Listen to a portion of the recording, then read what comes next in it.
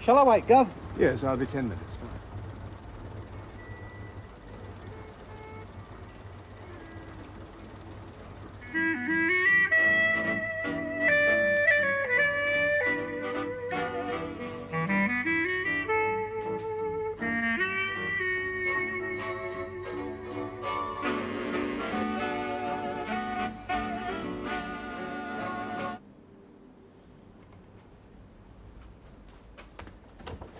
Michael. Good morning. It's very good of you. I preferred not to go to the office. Oh, I totally understand. Can I take your coat? No need. May I see the letter? Yes.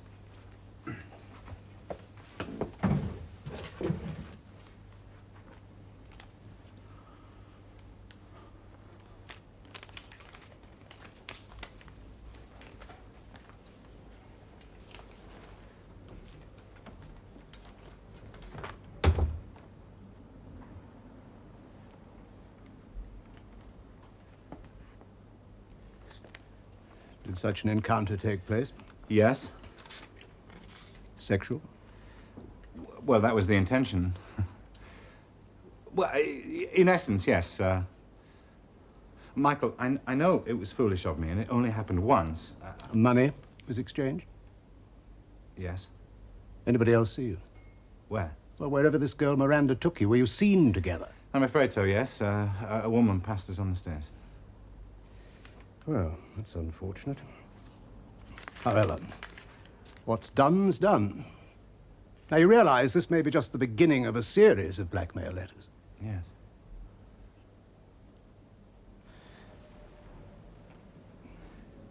Well, my immediate advice, and you may not like it, is do nothing. What if she goes to the press, as she says she will? Chances are she'll do that anyway. But if you pay, you've no defense. And your defense, quite simply, is to deny it. I assume you didn't tell her your real name. No. Then this girl has clearly made a mistaken identity. She even admits she didn't know who you were. So do nothing at all.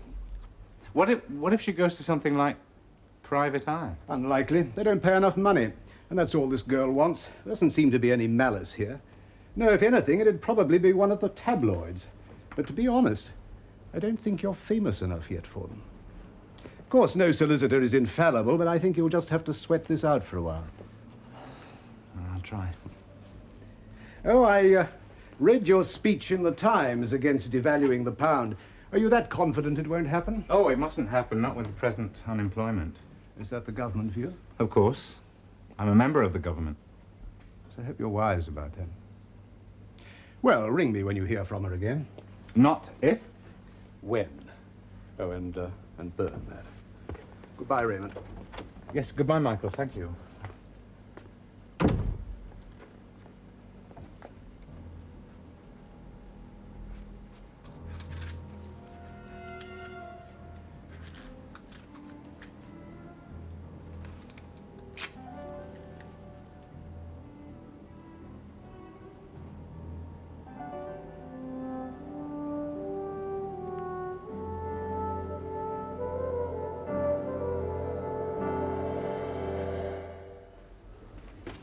Just keep reminding yourself that at least half the house is on your side. It's not that half I'm worried about. The first time's always a minefield. Just watch out for supplementary questions. There's only one should cause you any trouble. That's number 23, George Mills. He'll be after your scalp. But with luck, we shouldn't get to him before the PM answers his question. 21 and 22 could use up the time. Mr. William Morton.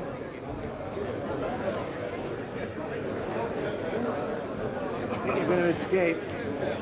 Still 7 minutes. Whatever happens, you put up a good performance. Mr. William Morton. Where is he? Mr. Angus Baird. Mr. George Mills. Number 23, sir.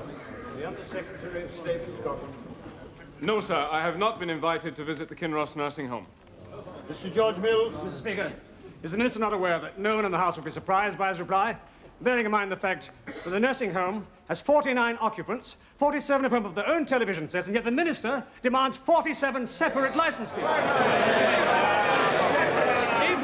If they were to congregate in one room, he would expect only one fee. Is this another example of the Labour Party's care for the aged program we're here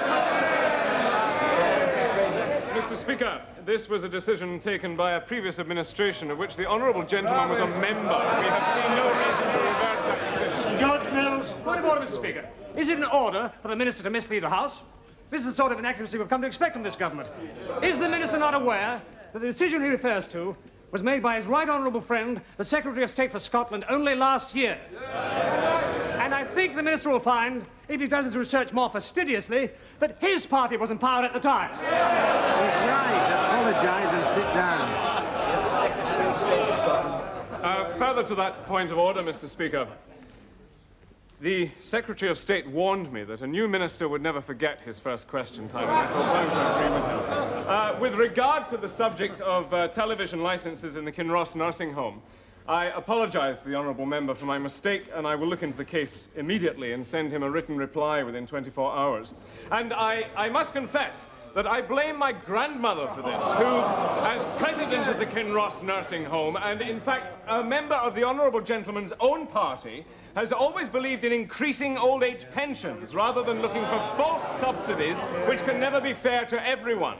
My grandmother would doubtless be delighted to learn that this administration has raised that old age pension by 50% during the 3 years since they have taken office. Prime Minister's question. Mr. John McLaren. Well done, Andrew.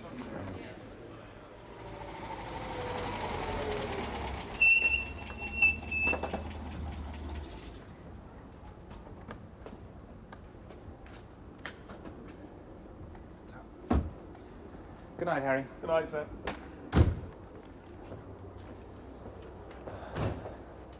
Mr. Gould, Yes? my name's Robson. I'm from the Daily Mirror. How can I help you, Mr. Robson? Could we talk privately? I'm afraid I'm already late. What exactly did you want? Do you know a girl called Miranda Page, sir?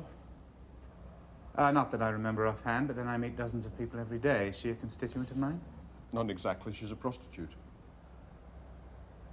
What exactly has that got to do with me? She says you were a client of hers. And do you believe her? I'm asking you, sir. I never saw the Daily Mirror as part of the gutter press. Is this a new policy? Then you deny it? No doubt this, whatever her name is, Miranda Page. asked for money for this story. Of course. My advice then as a lawyer is not to pay her. And my advice as a member of Parliament and a private citizen is that if you do, I'll sue your newspaper for libel. Good night.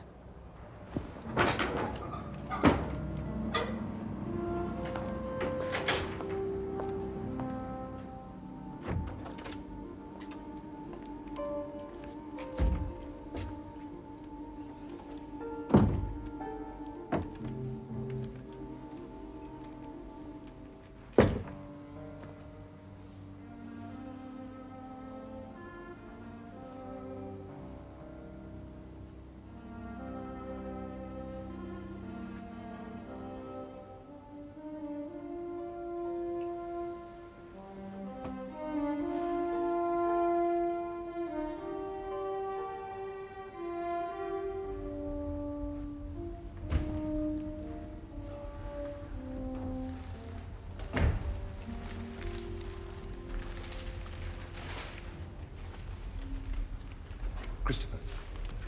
May I? Please? Do you remember those lines by Byron? Something like, the more she did protest, the more she suggested yes. There is presumably some significance behind this opening gambit. The pound in your pocket. That wasn't Byron, was it? Bainbridge. Now look at this. See? And here. And here. All stating over and over again that he won't devalue the pound. You're taking a keen interest in the economy recently. Is this a new image, Simon? I'm right, though, aren't I? The more he did protest, the more he suggested yes. To be honest, I don't believe the PM wants to devalue. I think he genuinely is against it. It's risky. Not only would it upset the unions, it could also upset his own party. Oh, what about the Chancellor? What does he think? It's grapevine knowledge that Richard is for it. Jim, too, perhaps. Even Tony, but... and it's a big but. Bainbridge is his own man. He has a strong majority, and he won't throw that away hastily. And what's the point of a strong majority if he's crippled by a sterling crisis? As the banks lose confidence... You don't have to preach to me, Simon. I'm sorry. I didn't mean to. But I've talked to bankers, economists, journalists. They all agree that the IMF loan can't prop up Labour forever, and we're talking about loans worth billions of pounds. You know something? You're wasted on the back benches. Well, tell Lindsay that. Oh, I tell Henry a great many things. Unfortunately, he doesn't always listen unless it's about the boat show. How much is that worth today on Wall Street? $2.80. Raymond Gould insisted this afternoon that it would stay that way. You heard him. Gould isn't the government. He's a spokesman for it, though, isn't he? In a minor way, yes, but I suspect that his beliefs come more from personal conviction than from 10 Downing Street. Christopher. 1 minute. What exactly is the point of this discussion, though, apart from misquoting Byron? It's quite simple. I need an answer. We'll ask your question in the right place. That's what you're paid for. You mentioned Raymond Gould. Ask him. Stand up in the House and find your answer.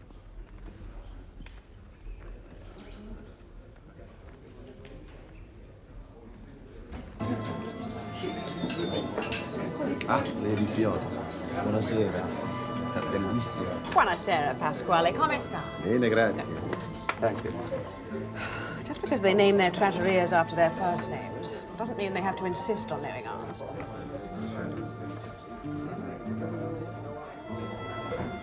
Her knickers are white, if that's what you want to know. She's an actress, Fiona. I was merely trying to place her face. It's usually further up, above the neck. Shall we order? Are you talking about food? Food. What do you think Salad Sinatra is? Does that mean it sings Strangers in the Night? Let's just order, shall we? I'm hungry. All right. I'd like to begin with avocado vinaigrette, followed by a baby. It's hardly the time to talk about that. Why not? Next week I'm 30 years old. I don't exactly relish the thought, but there's not much I can do about it. It would be nice to get pregnant to celebrate the fact. I really don't want to discuss it. Well, I do. I hardly see you except at breakfast or when you pop in to change your socks. It's clear you haven't lost your interest in women, just this one. That's not true. Then let's skip the hors d'oeuvre, shall we, and go home. Are you ready to order, signore? Just a couple of minutes, please. Look, I'm sorry. I've been very overworked lately, what with the bank and the common market debate and so on. There's no one else, is there? No. No. I believe you. I think I know when you're lying. Oddly enough, I wish there were. And I know there was a reason. Can I ask if you actually want a child? Yes, I do. Well, that's a start. Tomorrow I'll buy a gallon of number 5, a pair of knickers like hers, and half a dozen records by Mantovani, and we'll take it from there, shall we? Pasquale, thank you. Pronto, signore. Avocado vinaigrette for me, and my husband would like a dozen oysters, wouldn't you, Charles?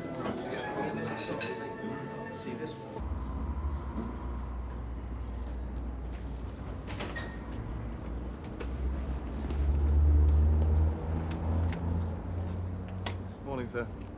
Harry.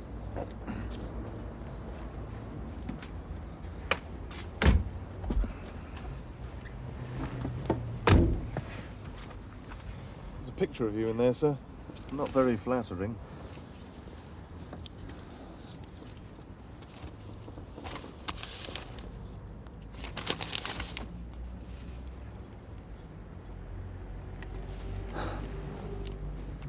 You're right, Harry. It isn't very flattering.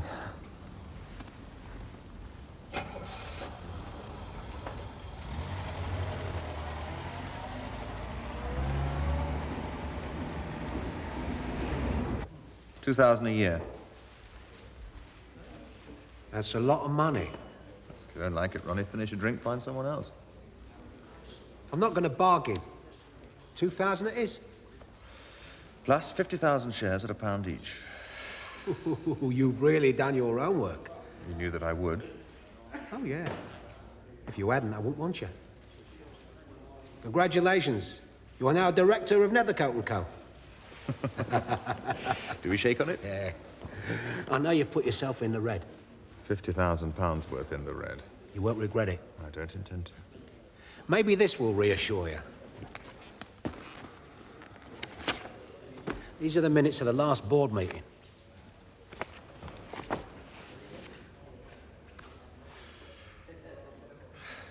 You gave 15 million for this office block. With a guaranteed rental income of 1.1 million per annum for the first 7 years and a 21-year lease. When are the rent reviews? Every 7 years. Does this make any difference to when you go public? Why do you ask? Because I feel it might be wise to wait until we know the result of the next election. If the Tories get back in... Opinion polls say they will. I never bank on opinions, Ronnie.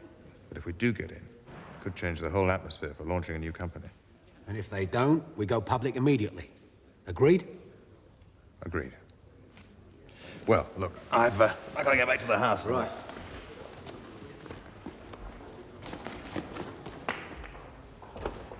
What about devaluation? Is it going to happen? That's exactly what I intend to find out. If the government did an about turn and devalued the pound, would the Undersecretary find it possible to remain in office? The policy of Her Majesty's government is totally against devaluation, so the question does not arise. Wait and see! Order! The honourable member knows all too well that he must not address the House from a sedentary position. The Undersecretary of State. Mr. Speaker, this government believes in a strong pound, which still remains our best hope for keeping unemployment down. Mr. Speaker, the government may believe in a strong pound, but they won't find it in their pocket or anyone else's. Least of all the 300,000 unemployed.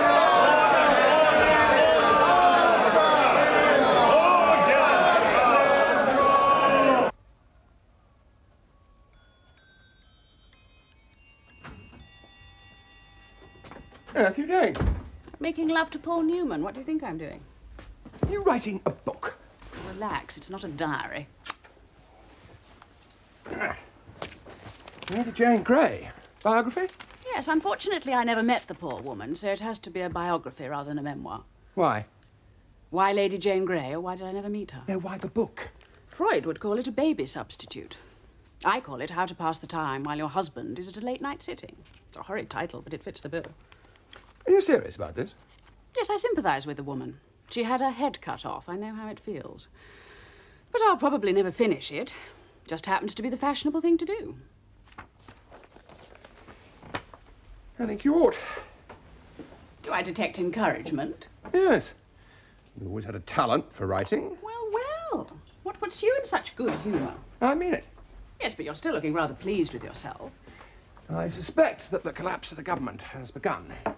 It might take a couple of years, but the signs are there. Strikes, weak economy, and Henry is getting popular in the shires. I'm delighted he's popular somewhere. Bainbridge is panicking. When a PM reshuffles his cabinet, it normally means there's dissent around the table. So he brings in his yes men to bolster his confidence.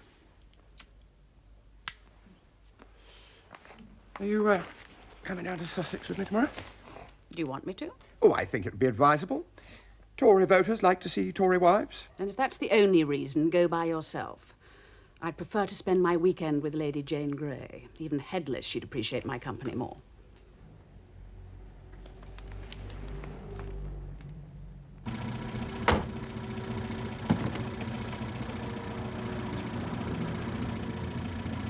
Thanks very much.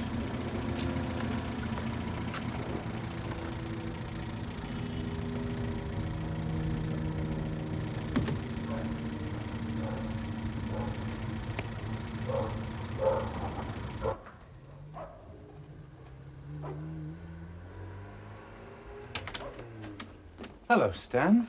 Hello. Where's Joyce?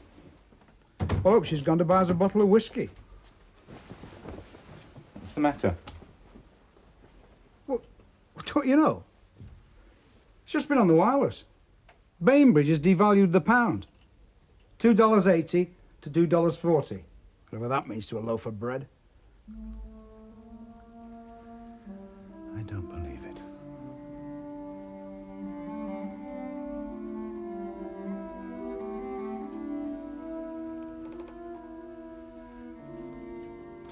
Why the hell didn't somebody warn me?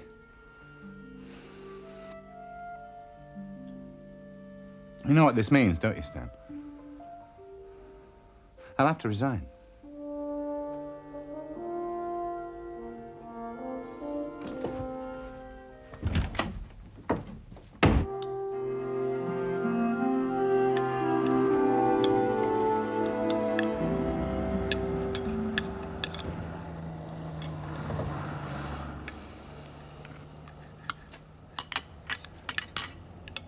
Are you hungry? No. You with us for darts tonight? We're playing at the White Hart. No, I don't think so. Few beers? No. Leeds were brilliant yesterday, weren't they? Yeah, so I heard. Don Revie was on telly. Oh, he's never off it. Well, it's better than seeing politicians. At least you don't see Billy Bremner sulking in the dressing room. Is that what I'm doing? Well, where I'm sitting, aye. You didn't have to hand in your resignation. You could have waited. What for? I'm on record for attacking devaluation. What else can I do? Ray's just being noble. Well, yes, if that's what you want to call it, yes, I am. So you feel betrayed? Yes, I do. Funny world you're in, Ray. Sticking to what you thought was right used to be a virtue. It still is. I'm going out for a walk. I've made a pudding. Well, give it to Tom. He's got nothing to worry about except Leeds United's injury problems. Oh, don't be so bloody righteous. You going about the economy and devaluation? All I know is tomorrow morning I'll have to tell Mrs. Hawkins that her pound of liver's gone up. She's going to have to dig in her purse a bit deeper for next Sunday's lunch, because suddenly lamb's dearer than it was last week. I'm a Paul Muggins who has to apologise for your Prime Minister's little speech on the radio. Don't go on about it. Oh, why not? When was the last time George Bainbridge ever went into a butcher's shop or a supermarket? The people down there, they don't give a sod about the people who voted for them. They're just interested in staying in power. If you ask me, all politics is balls. Well, I often wondered what it was.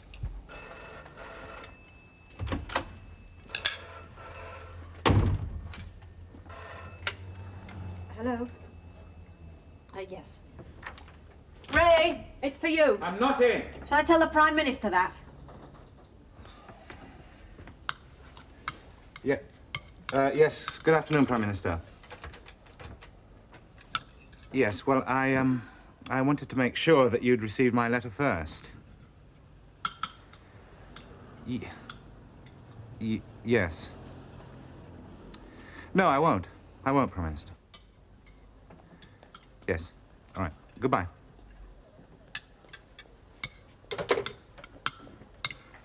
Bainbridge wants me to keep quiet about the resignation, so if the press phones, say nothing. I'd better go and see Stan. Does that mean you're on the back benches again? Yes, yes. Well, I think you're a bloody fool. I know you do, Tom. Perhaps you're right. But I don't have any choice. Can't you see that? When I ask somebody to vote for me, I ask them to trust me. I tell them what I believe in, what I stand for. Now, they know I'm against devaluation because it leads to unemployment. Now, I can't suddenly turn around and tell them, oh, I've changed my mind, it doesn't matter anymore. They'd never trust me again.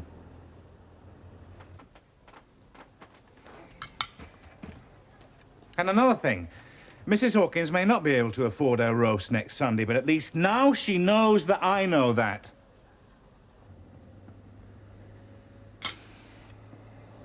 I'll see you at the White Hart.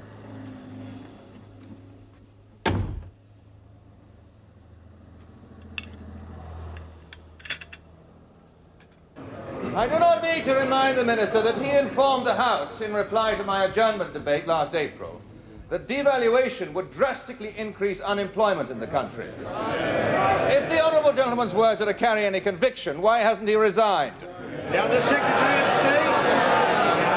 Mr. Mr. Speaker, my speech to the House on that occasion is being quoted out of context, and the circumstances have now changed. The gentleman gives way. Mr. Speaker, during the debate which he now seems happy to offer, the honourable gentleman was only echoing the views he so lucidly expressed in his book, Full Employment at Any Cost. Can those views have altered so radically in 3 years? Or is his desire to remain a minister so great that he now realises that his employment can be retained at any cost? That has nothing to do with what I said to the House on that occasion. Mr. Speaker, is the honourable gentleman telling the House that he has one set of moral standards when he speaks and yet another when he writes? Order! No, sir, I try to be consistent. Order! The House must get on! The Chancellor of the Exchequer. Mr. Speaker, the honourable member for Leeds North handed in his resignation to the Prime Minister on Saturday evening, but graciously agreed not to make this public until I had had an opportunity to address the House. I think you've just been nominated Shit of the Year.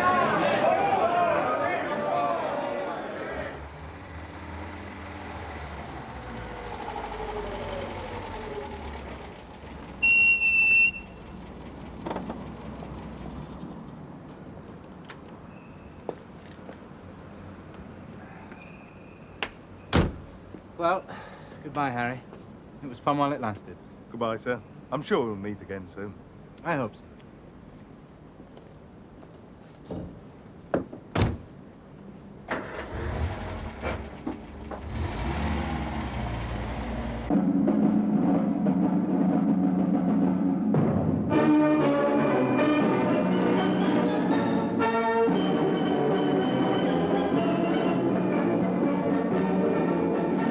Days from now, Washington and Hanoi will at last begin to talk.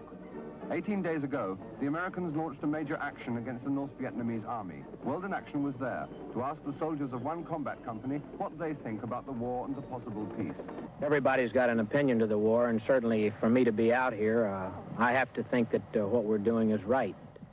And the people back in the States who do criticize the war, I'm convinced that many of them do not really know what's going on over here. I sometimes wonder whether some of the people that I know that have died over here know what they're dying for. What the hell is happening over there? The man doesn't know why he's dying.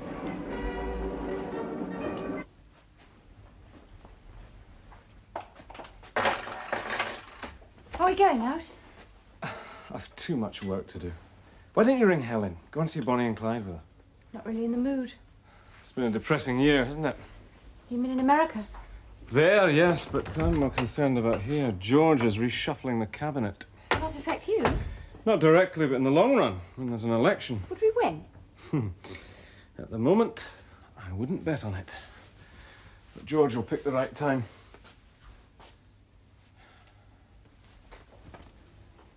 You need a holiday. We both do. Here we go.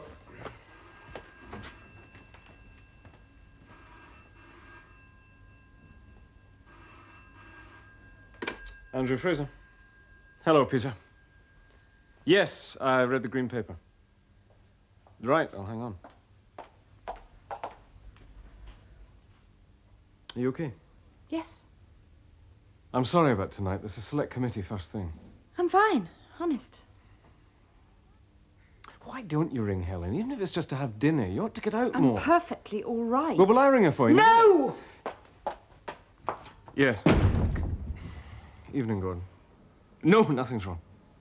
I was just about to start on the box, actually. Yes. I'll ring you back later. Bye.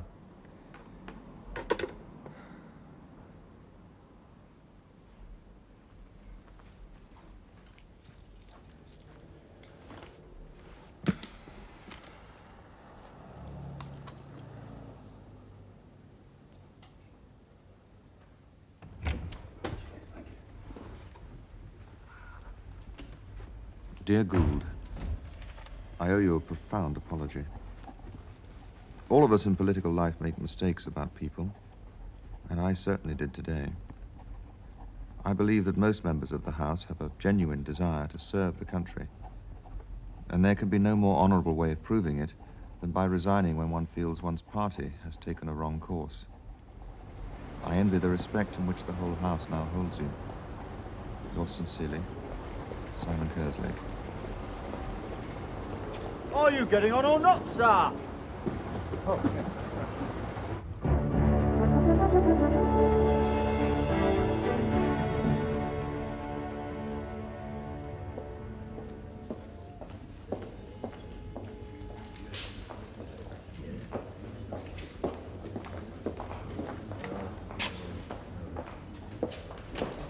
Afternoon, Charles. Hello, Simon. I didn't know you were interested in ag and fish. Oh, I'm not going in there. I've got an appointment. The Chief Whip will see you now, Mr. Seymour. Thank you. Come in, Simon. Do sit down. Would you like a cup of tea? Please.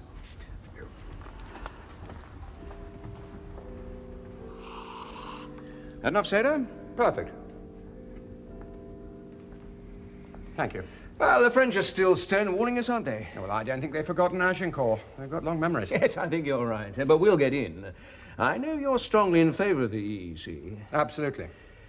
Yes, well, that's not the reason why I've sent for you. I hope that what I'm about to tell you will be looked on as good news. The leader thinks you might benefit from a spell in the Whip's office. And I must say I'd be delighted if you felt able to join us.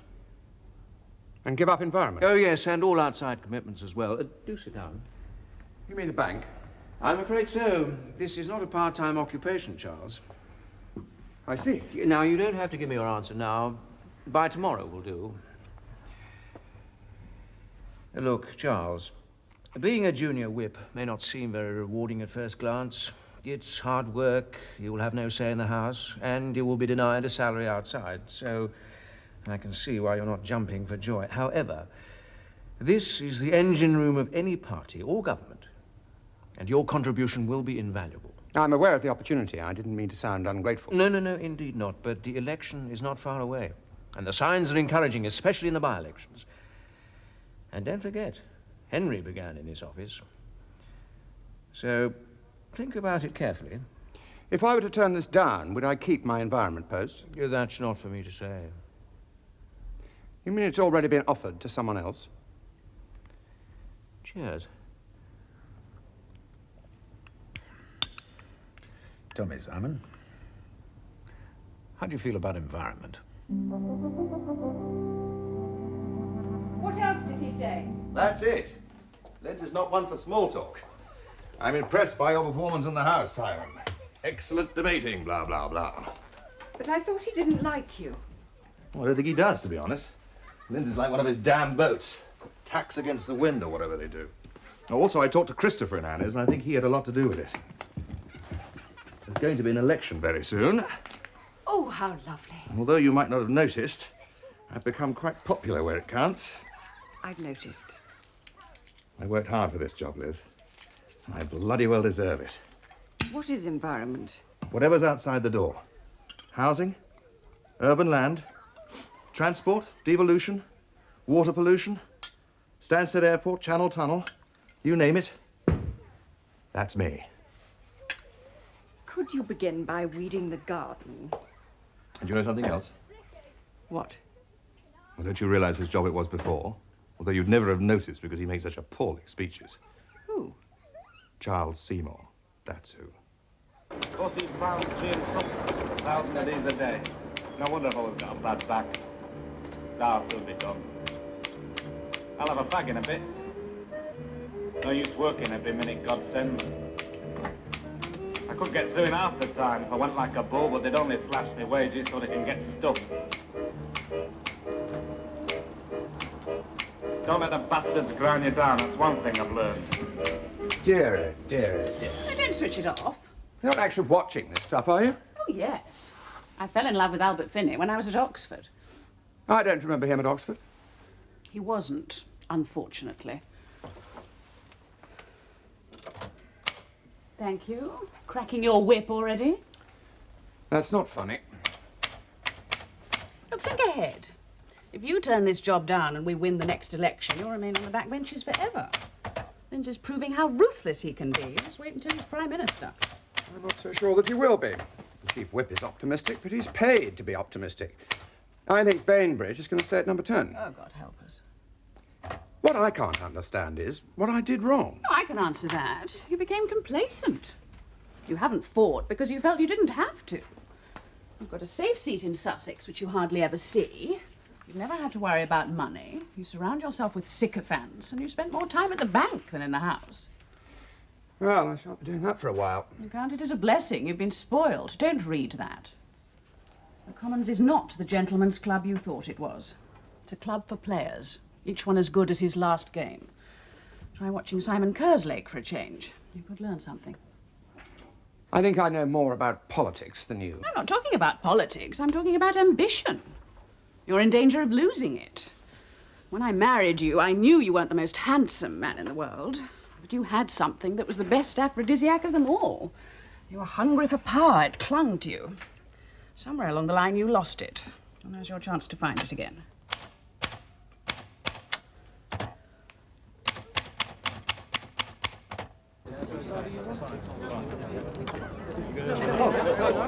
Prime Minister! Prime Minister! Prime Minister! Prime Minister, have you chosen June the 18th for the election because it's the anniversary of the Battle of Waterloo? If you remember your history, Wellington called that a near-run thing, was it? Well, this won't be that. It won't even be a battle.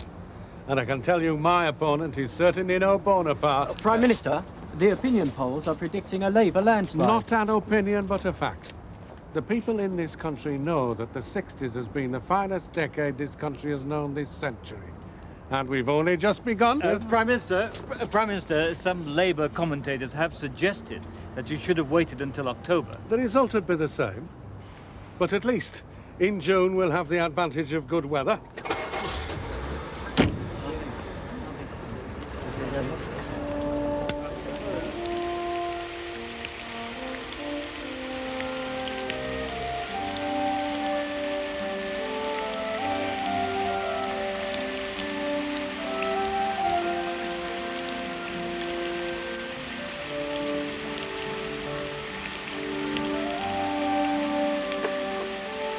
Good morning, Mrs. Telfer. My name is Andrew Fraser, your Labour candidate. Don't think she was for us. Just a few houses more.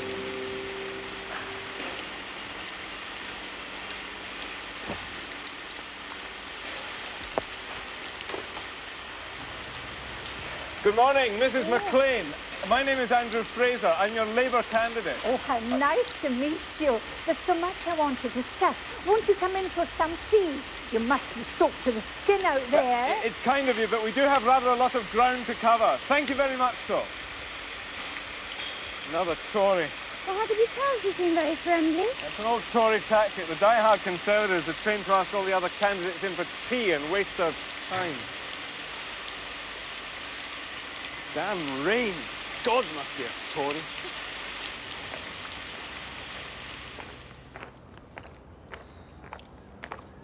We'll get a bite to eat soon.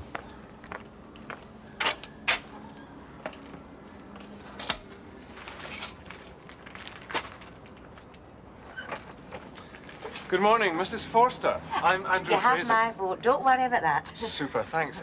What about next door? There was no reply. Oh, is it? All right. It's just pretending. So not for us? Oh, yes. Oh, I votes Labour. Just can't stand politicians. Oh, uh-huh. Well, good luck to you then. Is the young lady all right? Louise? Oh, my. Well, don't just leave her there. Come on, bring her inside. Oh, the poor lassie. Do you need a hand? Come on, lass. That's the way. In you come now. Just you. It's very kind of you, thank you. Oh, don't you worry about that. She'll be fine in a minute. Here we are.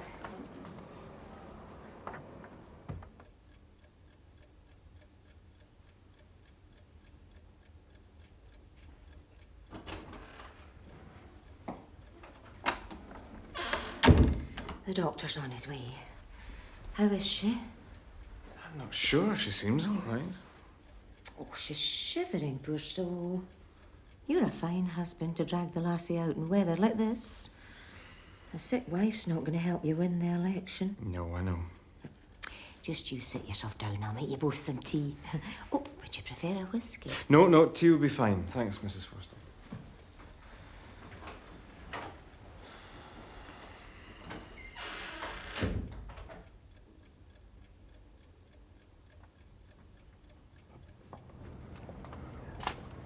Thanks again, Mrs. Forster. You've been very, very kind. Oh, don't worry about that. Your wife can rest here as long as she likes. I'll be back to pick her up at 6. Righto.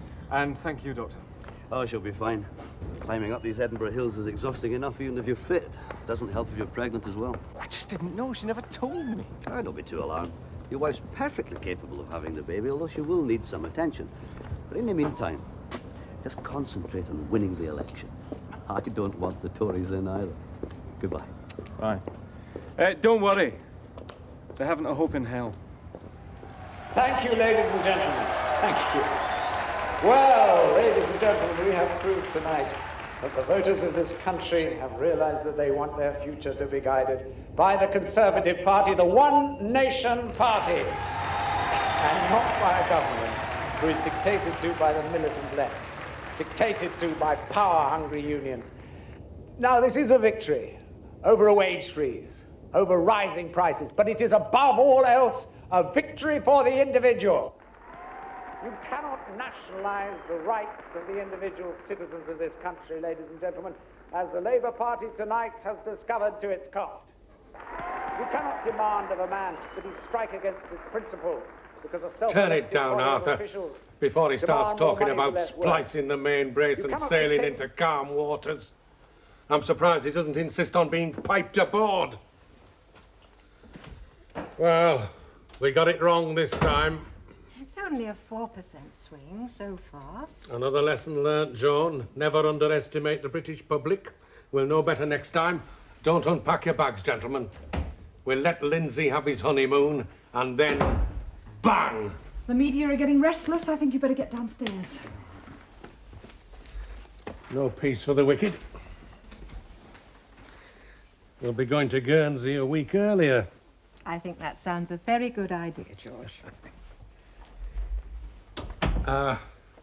Alice, you know Joan and I have got nowhere to live now. I'll see to it right away. It'll probably mean renting somewhere for a couple of months. And I'm going to have to learn to drive a car again. We were really caught off guard this time, weren't we?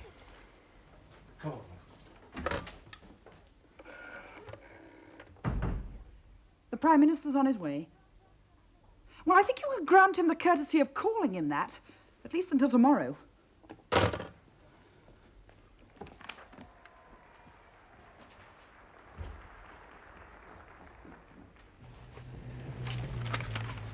There's a mistake here. It says his majority was 11,000 plus. It was only 10. Is that meant to cheer me up? Oh, sorry. Still a good majority. Does it make a scrap of difference when you're on the opposition benches?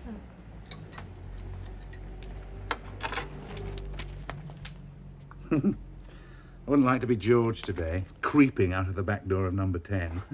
He won't like that. You should have listened to you, Ray. You were right about October. Yes, well, I'll send him a postcard and tell him.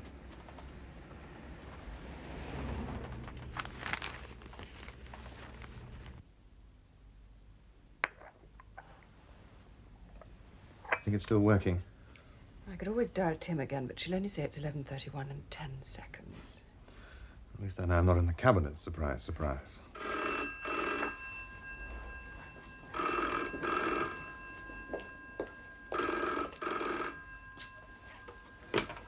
Simon Kerslake. Thanks, Andrew.